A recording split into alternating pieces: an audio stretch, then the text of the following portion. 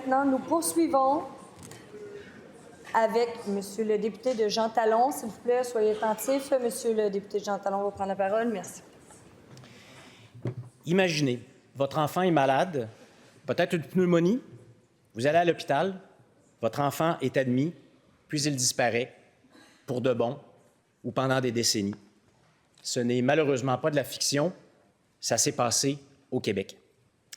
Il y a 5 ans, la loi autorisant la communication des renseignements personnels aux familles d'enfants autochtones disparus ou décédés à la suite d'une admission en établissement a initié une démarche qui permet enfin de prendre peu à peu la mesure des traumatismes qui ont été subis par tellement de familles autochtones et qui, jusque-là, passaient sous silence. Cette loi est une étape sur le chemin de la réconciliation et de la guérison. Une démarche qui fait appel au devoir de mémoire et qui repose sur les principes de vérité, de justice, de réparation et de non-répétition. La vérité, c'est celle des enfants autochtones disparus ou décédés. Il faut entendre leur voix, se rappeler du destin qu'ils ont eu et imaginer celui qu'ils auraient eu s'ils n'avaient pas été arrachés à leur famille. La vérité, c'est aussi celle du courage et de la résilience de leur famille. Cette vérité doit être connue et partagée.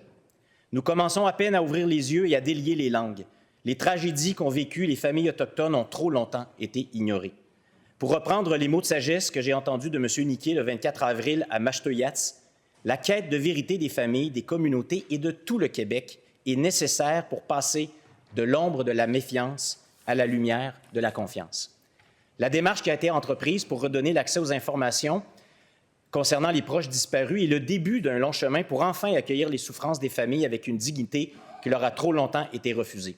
Je suis fier de représenter ma formation politique au sein du comité transpartisan de suivi de la loi et de contribuer aux efforts de réparation et de réconciliation entre nos nations. En terminant, j'aimerais saluer le travail de l'association Awashak, Petits êtres de lumière, et de la direction du soutien aux familles qui accompagne présentement 142 familles à la recherche de 239 enfants que leur quête de vérité mène à la justice et à la réparation.